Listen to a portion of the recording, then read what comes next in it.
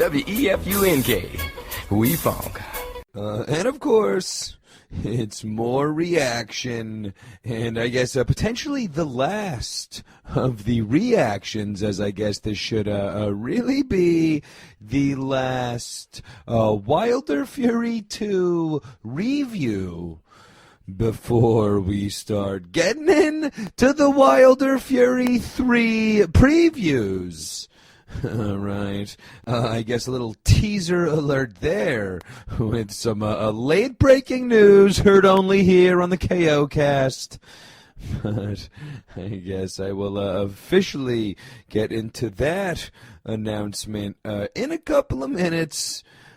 Because for now I'm going to quickly give you a little bit of a recap and I guess more of the latest talk and controversies and everything that have come about since I've gotten together with you last about the Wilder Fury 2 reaction, and I guess another reminder to check out the Big LW hot plate of fresh talk, where I hopped right into the hallway in front of my bathroom and gave you my immediate post-fight thoughts of Wilder Fury 2. And I guess for further, post-fight coverage, definitely check out that right here on the SoundCloud and YouTube. But I guess, so for today, we will kind of focus a little bit more on some of the other stories, surrounding the fight night that have kind of come up since then, like I said, culminating, of course, in today's big announcement that we all knew was going to be coming anyway.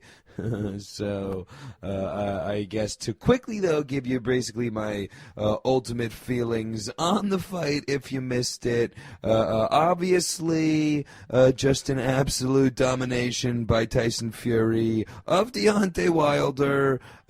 Totally lived up to exactly what he said he was going to do. Came out very aggressive. He came out gained a lot of weight, like he said, was the significantly bigger fighter, was the significantly better boxer, was the significantly tougher, more aggressive fighter, and in every way, shape, or form, absolutely dominated Deontay and put together just an amazing performance for the Gypsy King.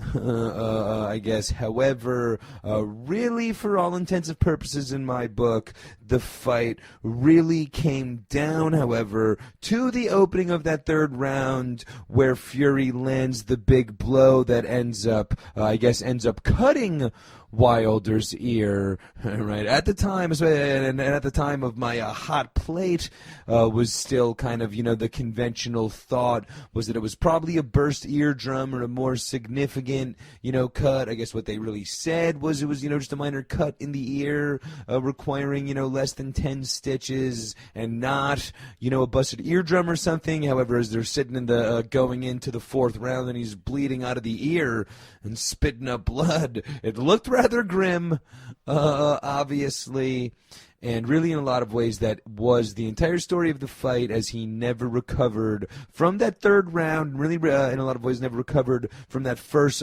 blow that ultimately did cut his ear and definitely did rock his world and send his legs out from underneath him and his equilibrium all off balance for at least long enough, like I said, to receive a second, third, and fourth blow in that same round, which really ended the fight. After that round, he came into the fourth, like I said, where he's bleeding out of the ear and mouth. He came into the fourth with no legs underneath him, and for the next couple rounds did not offer any type of competition for Fury.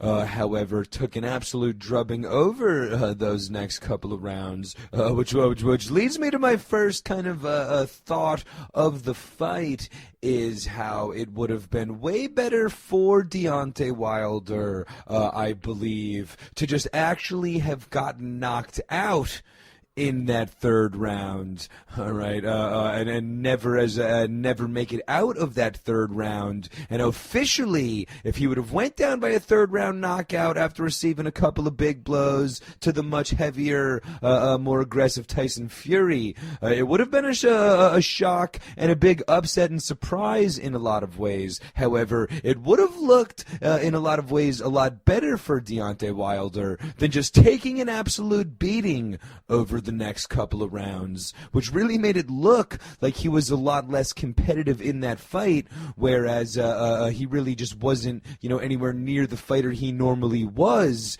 after getting getting knocked around, battered around so badly in that third round. All right, which I guess would get us in to the first controversy of the fight, or I guess unquote controversy, because it's really not a controversy at all, but of course I refer to the whole Breland throwing in the towel scenario, which is of course how Deontay Wilder officially went out and lost that fight. Okay, so whether it's, whether you want to call it a controversy or not, I suppose facts are the facts, and Deontay Wilder never got, officially knocked out by Tyson Fury, all right, and definitely showed that warrior spirit that he spoke of, never refusing to go down and fighting till the last end, till ultimately his corner throws in the towel, which is, of course, where Deontay Wilder wanted to complain and make a controversy out of it. However, he's really the only one, the only person in America that thinks that Breland shouldn't have thrown in the towel was Deontay Wilder, who, and like I mentioned on my Hot Plate of Fresh Talk as well, by the way, but definitely Deontay Wilder, from the fighter's perspective, all right, we're talking about,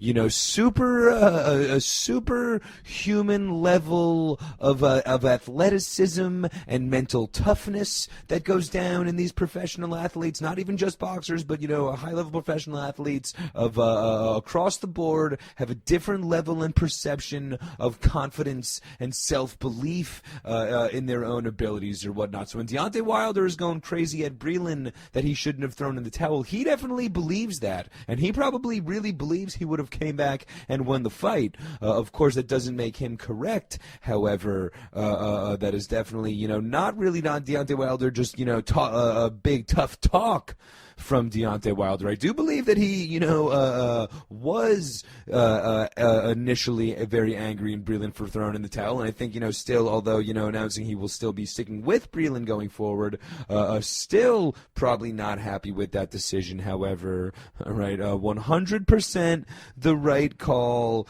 for Wilder's corner to just stop the mayhem, especially when Wilder was backed up in the corner there, as really all fight long, Wilder was backing up and on the run, was his only chance of stopping the onslaught, either that or clinching and letting Fury just lay on him and wear him out even further. But when he was backed up in the corner there, after taking such a beating for these first, 6 or 7 rounds, offering no chance at really throwing back any type of big counter, especially while in the corner, from that standpoint as well, Breland had to throw in the towel, and in so many moves, it was the right call, and it was definitely, as we talked so much about this being such a big fight and spotlight moment for the sport of boxing, definitely a very humane way to see it end, and definitely, good representation, I'd say, in a lot of ways from the sport,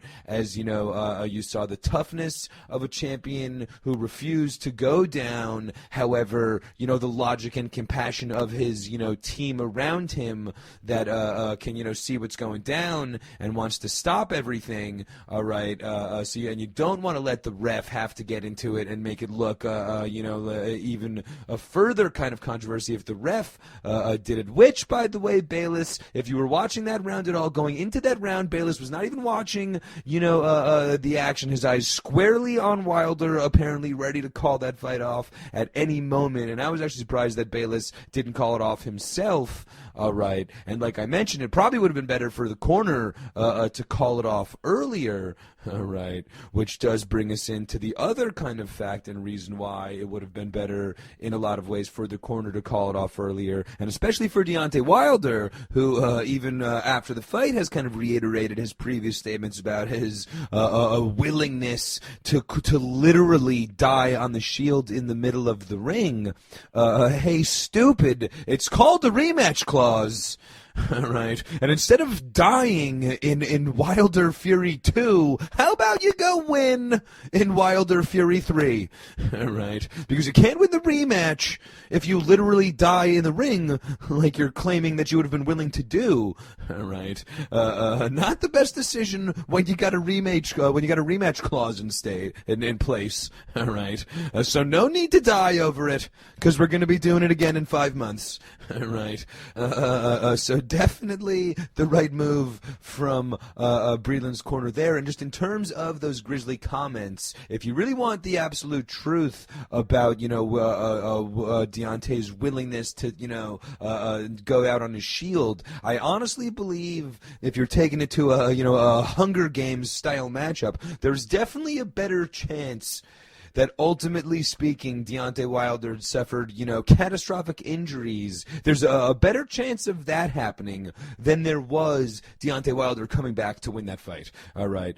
Because there was literally a 0% chance that Wilder was going to be able to land a punch given the state he was in. And there would have been, like a 5 to 10% chance that something severely terrible could have happened if that fight was to continue. So, of course, for all reasons and for all parties, except, of course, for Wilder, who's the one person that's allowed to, believe that he was going to come back and win, right? But for everybody else involved, the trainers, the management, the referees, the Vegas Commission, Boxing Commission, and all of that, definitely it was time for that fight to end. And for Deontay Wilder, you win some, you lose some, but you live. You live to fight another day. R.I.P. John Witherspoon, by the way. Of course, the great Craig's dad from Friday said it best. You win some, you lose some, but you live to fight another day, which is the truth for Deontay. You want to go out like you want to be Rocky and not Apollo. Right, in Rocky IV, and get revenge as opposed to dying in the middle of the ring. Right, and like I mentioned, he will have his chance, and we will get into that in a bit.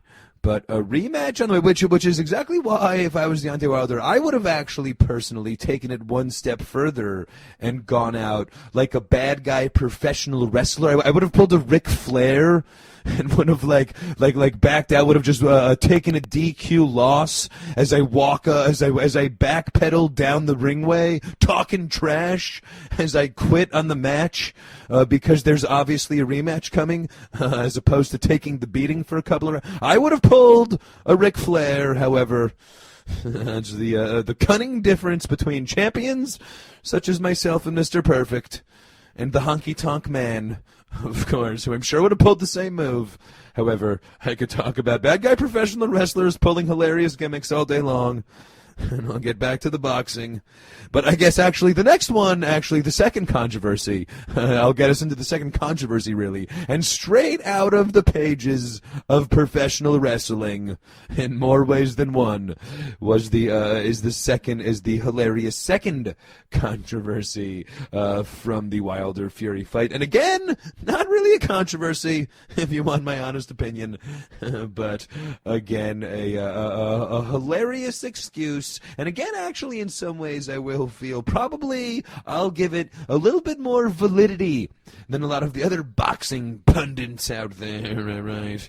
But, of course, I refer to Costume Gate.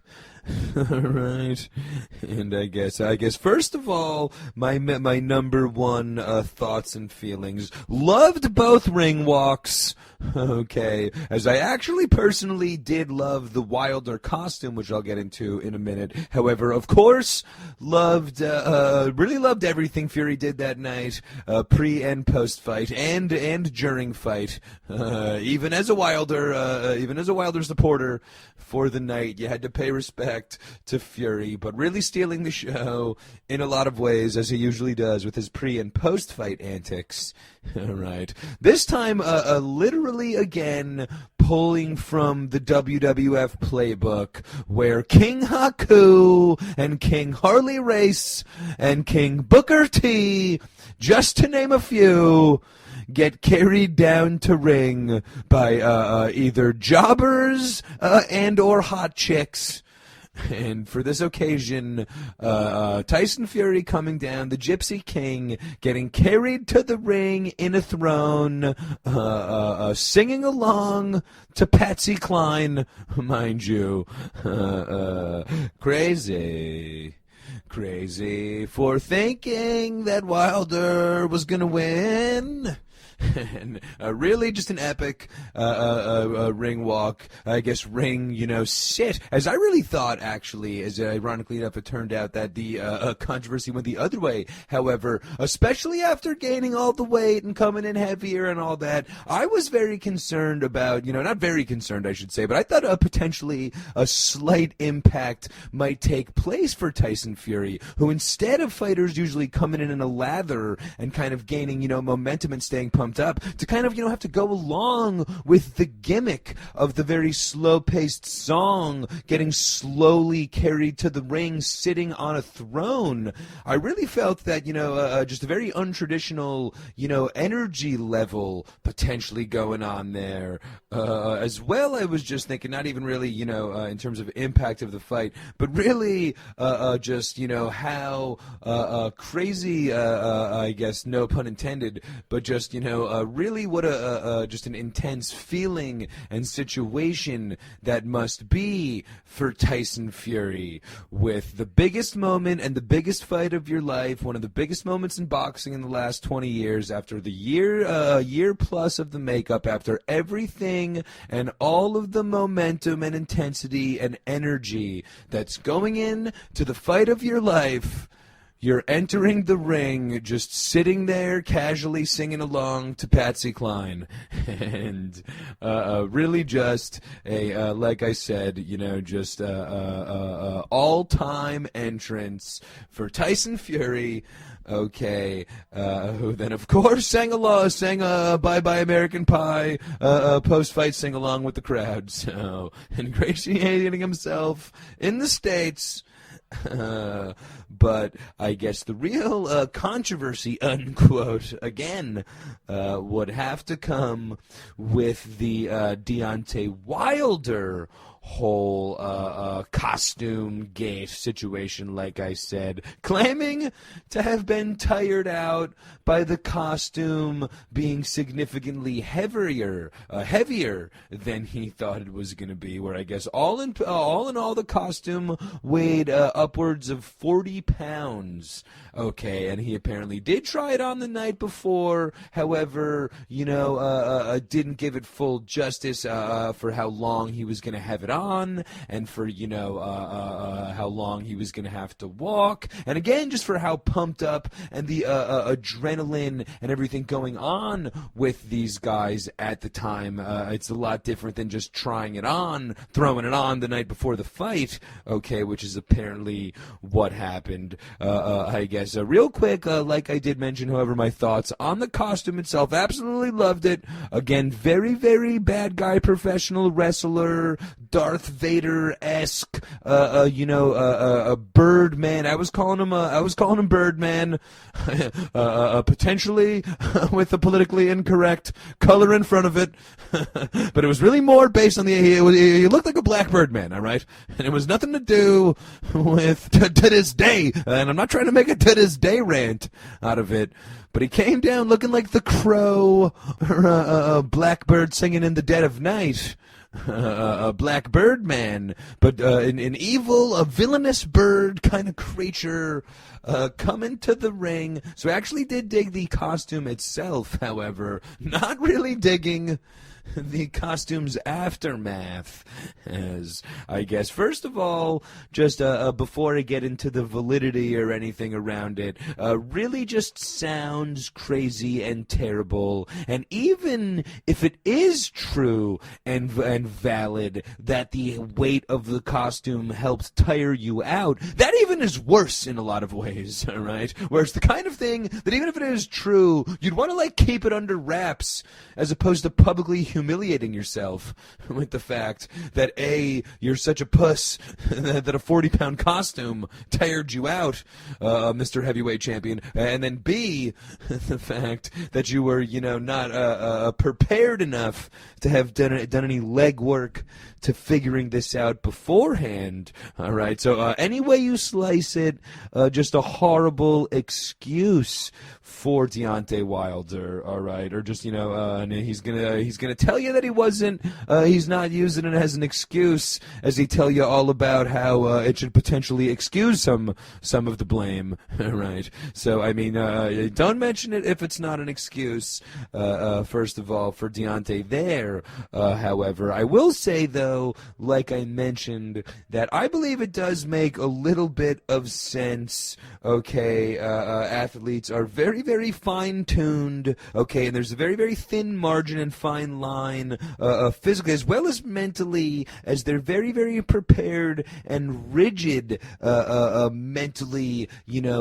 Trying to making sure mind and body are working together and all that. And one little thing can kind of throw off your body, maybe even throw you off mentally, lessen your confidence just a little going in to such a major fight night. It really can have, some type of detrimental effect, all right? And I would honestly think that, like I mentioned, you throw the thing on, it's heavier than you thought, and all of a sudden you have to sit there as Tyson Fury is getting carried to the ring. You're walking, we were actually laughing before the fight about when Deontay Wilder showed up, how long he was walking, all right, as like the undercards were going on. There was like a mile, the Navarte fight was going on, and Deontay Wilder, it took him 4 rounds to get from his limo as like a camera as Scorsese one-shotting him down, all right? But it was just like an insane walk,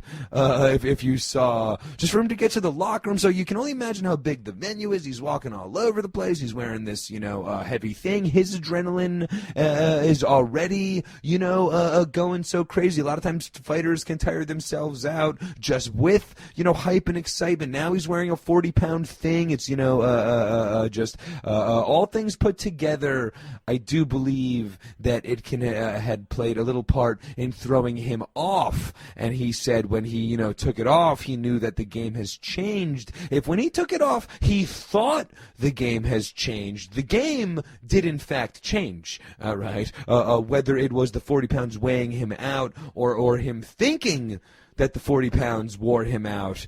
Either way, in some, shape or form, however little or much it may be, slightly, however little or much it may be, right, negatively impacted by Costume Gate, right?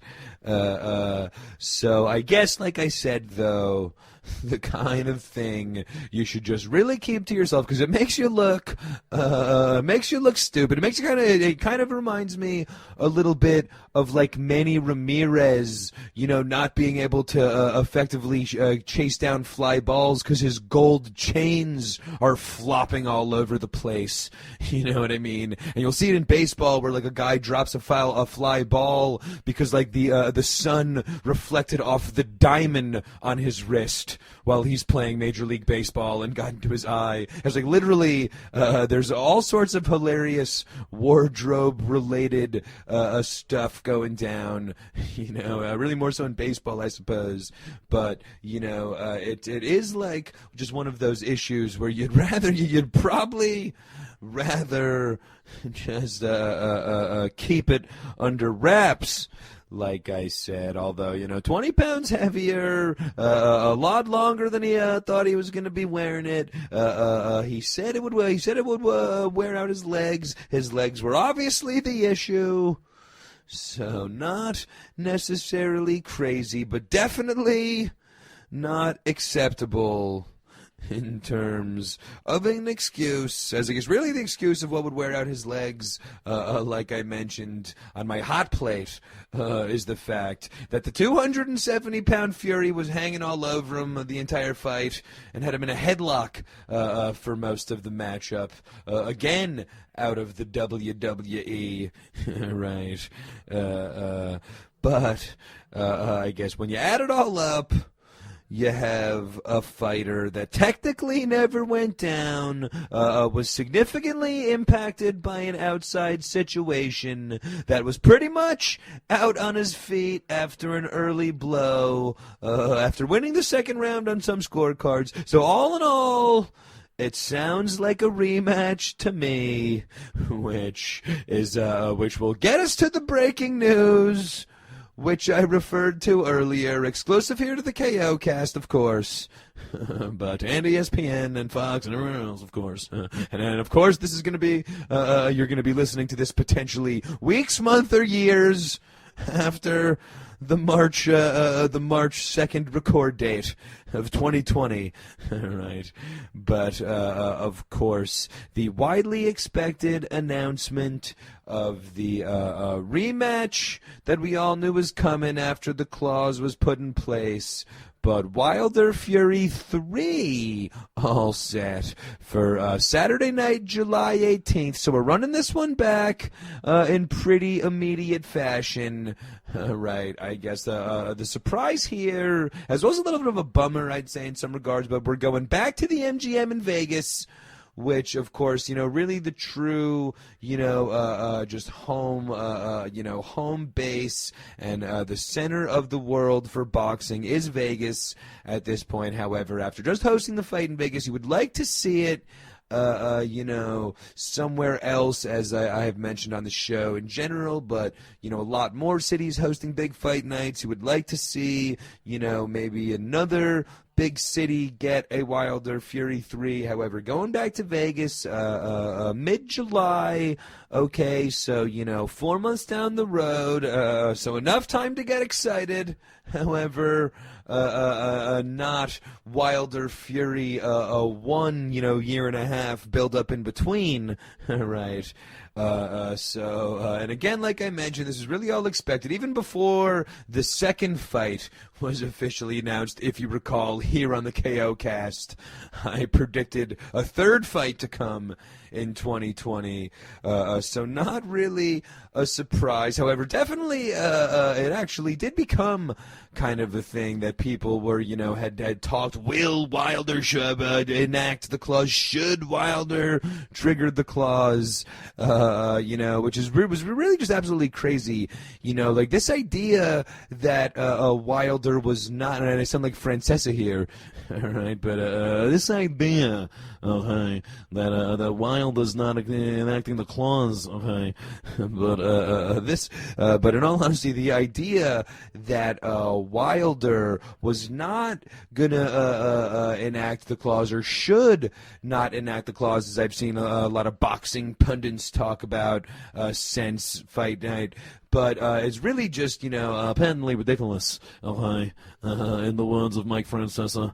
But really just after, holding the heavyweight title for over 10 title defenses over the span of several years, having a 41-0 record, right? He's not going to get his ass kicked once and then run away hiding with his tail between his leg when he's got a rematch rematch in place for what would be, now the second biggest fight in boxing in the last 20 years, right? So it just really absolutely ridiculous to think, patently ridiculous, but really just absolutely insane to think that he wasn't going to trigger the rematch, all right? And I guess a lot more Wilder Fury 3 talk on the episodes to come here on Big LW's KO Cast. But I guess right off the bat, once again, your boy Big LW not falling in lockstep with conventional boxing minds and pundits out there. All right, as I'll give Wilder a much better chance in Wilder Fury 3 than, at the very least, most other boxing experts are. Okay, where I guess, I will say, obviously, Fury's probably going to kick his ass again, all right? Let's be honest, like I said, he's the bigger fighter, he's the better boxer, he's more skilled, he's apparently, in a lot of ways, a little bit, craftier, craftier, as well. So just in a lot of ways, it looks like, Tyson Fury, absolutely the best boxer, heavyweight boxer, and the better of the two. Right. However, to paint you a little rose for my main man, to paint a little rose on the bronze bomber, right, and give you a little bit of the bright side for my main man Deontay. But I guess, if you look at it as a chess match, right, the first fight was a draw. The second fight, Fury totally comes out and changes his style, all right, whereas Wilder pretty much stays the same, put on a little weight pretty much just to keep up with how much weight Fury was putting on. But if you look at Fury from fight 1 to fight 2, totally different fighters, all right. If you apply that same logic and strategy to Wilder, who now at this point, who as well I believe didn't believe, like most of us, didn't necessarily believe Tyson Fury was going to do exactly what he said he was going to do and put on the weight and come out aggressive. I didn't necessarily think that was going to be the truth. A lot of people didn't necessarily think that was going to be the truth. I especially think Deontay Wilder didn't think that was going to be the truth, right? As Tyson Fury's saying it at the press conference, Wilder's yelling, that's not true. That's not true. And I think that Wilder didn't think it was true. It turned out to be absolutely true. And he had to learn the hard way that Tyson Fury was a man of his word, all right? But now it's Wilder's turn to make a move, all right? And if he comes out strategically different, okay, he can very well may avoid that big blow that came in the third, which is where I get into my number B here, right? Where for all intents and purposes, like I mentioned, that fight was over after the third round. If he got KO'd in that third round, you would have been saying, wow, Fury put on a lot of weight, put on a lot of power, turned into a power puncher as well, and definitely would have been a surprise and upset. But you'd come into the third fight thinking that Wilder had, at the very least, as good of a puncher's chance as he did in this second fight. It's only because you watched him get so severely battered in those rounds following that third round. However, like I mentioned, that fight was pretty much over after that third round, a la, in a lot of ways, the recent Ruiz-Joshua upset over the summer, okay, where Ruiz lands a hot one on him early, puts him down in Joshua, although surviving a couple more rounds, never really recovered. If you remember, I talked about it, but going in to the Fury going in to the round 5 or 6 or whatever it was in that fight, he was still asking his corner about the punch that got him in round 2 or 3, where mentally he never moved on. He was physically alive and on his feet boxing. His mentally he was never he wasn't the same upstairs after that early blow. That was the same thing with Wilder, although it trickled down to Wilder's little chicken legs as well, as he wasn't the same fighter. His legs weren't underneath him, and it was just all over after that big blow in the third. Right. So you take that out of the equation. You have Wilder a little bit more cautious about taking a big shot. Okay, and as well, if you start over from scratch, maybe Wilder lands a big shot first and sends Fury stumbling and staggering for the next couple rounds. It's a totally different fight. Okay, and I guess for one more, I guess for my number C. Right, to pull a half a buzz from Home Alone. But I guess lastly, the question would be, can Fury do it again? Like I mentioned, he really shocked everybody, came out with a totally different style, came out with it as a totally different fighter, all right, and can he be able to do that again? Can he catch us all off guard again? Can he actually physically hold the weight? Can he actually physically do it again? Can he bully the bully this time with the bully, angry and knowing that it's coming? Will he do it again? Will Fury try to, continue to play chess and change his style? So a lot, as well as, this is stated by Fury leading up to this fight. If he wins, he doesn't know how he's going to respond. The last time he won a big heavyweight shot, Klitschko in 15, the success is what sent him into a tailspin of depression and drug addiction and obesity and all that he had to overcome, really making him so popular in a lot of ways, across the world, with that comeback story that led up to the Wilder Fury first fight. Okay, now as the champion, now as the fat cat, right, literally, right, but with all of that, with the expectations, with everybody in the world thinking that he's gonna go from, a slight money underdog to an overwhelming odds-on favorite. Okay, can he deal with all of that success? Can he deal with all of that pressure? Can he physically do it again? So a lot of questions, tactically speaking, even from that standpoint, for Tyson Fury, I guess. So in a lot of ways, I definitely am a little surprised, at the very least, I'll just say, in how quickly and how reactionary the boxing world has been to totally cast Deontay Wilder aside after taking a total ass beating. However, let's not forget the fact that it's his first ass beating in 43 fights, a 10-time defending heavyweight champion, bronze medal Olympic winning fighter. He's going to come back and give you something to fight with. July in Vegas. Right.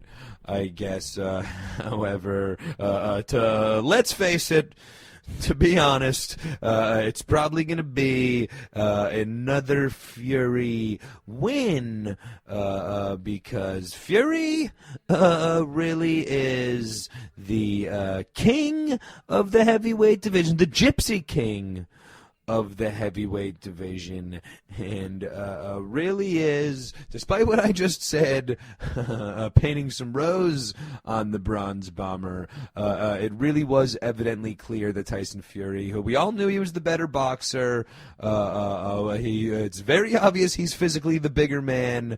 He was a much more clever and crafty and cunning fighter in that regard as well. So, I made quite clear by Saturday night, I'm not breaking down any doors to tell you that Tyson Fury is the undisputed Gypsy King of the heavyweight division. I guess now wearing one of the 4 straps, which I guess will get us in to potentially what lies next for the Gypsy King Tyson Fury. All right, but I guess to map it out for you a little bit, to look ahead in the world of boxing, Saturday night, June 20th, Anthony Joshua puts his 3 straps on the line versus Pulev. Okay, in what's, really in a lot of ways a rebound fight for Joshua, who, despite coming back and winning the straps back off of Ruiz in pretty impressive fashion, we still all have that, a taste of the upset in mind, and we need to see another impressive performance against other competition. Pulev is an ex-champion himself, and, a veteran heavyweight, so we want to see a much better performance and more impressive outing from Anthony Joshua versus Pulev in June. Okay, a month later, we got Wilder Fury 3. Let's face it, like I said, we expect Fury to figure out another W in that one. Okay, obviously leading up to the All-England Heavyweight Showdown, okay, which, of course, is going to be in, Wembley Stadium, and what will be the biggest event in British boxing history, okay, I guess. So the question would become, do you start cooking the steak, or do we have a feast? Right. Like I mentioned a lot about the Wilder Fury 2 lead up, they spent so much time worrying about the juice in that fight with Wilder, with, how huge of a fight that would be, especially in the United Kingdom and in Europe. Do you run that fight up next, a couple with the fighters pretty much being online to get their next fights off versus each other? Just, schedule-wise, do you run that one up next, or do you let it build for about a year and a half, all right, a la Fury Wilder 2? Okay, but you'd probably imagine that's the route they go for a little more. However, just imagine this for a year in the life of the Jippo King, Tyson Fury. All right, let me just take you through what would be a year for Tyson Fury. All right, February of 2020, Fury absolutely dominates Deontay Wilder in one of the most, impressive, historic wins in a heavyweight bout in a long, long time anyway. That goes down in February. In July, he does it again. Right. And then 5 months later, in December, ahead of Christmas, in England, in Wembley Stadium, Tyson Fury unifies the heavyweight division, winning 3 straps off of Anthony Joshua, holding all 4 belts from the sanctioning bodies, as well as the lineal crown and the Ring Magazine belt. In really what will be one of the just historic wins in boxing history if Tyson Fury did pull that off. All right. And to pull it off in 1 calendar year would be potentially the best year in the history of boxing.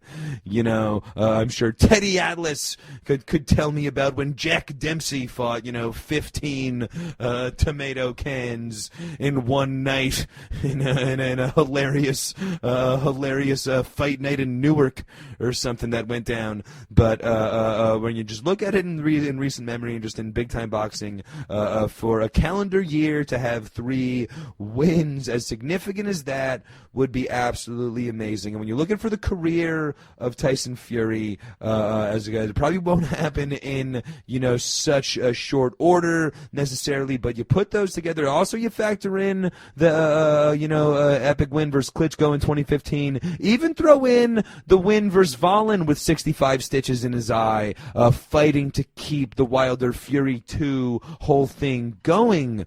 Was turned in, although not the best performance, turned into an all-time W for Tyson Fury.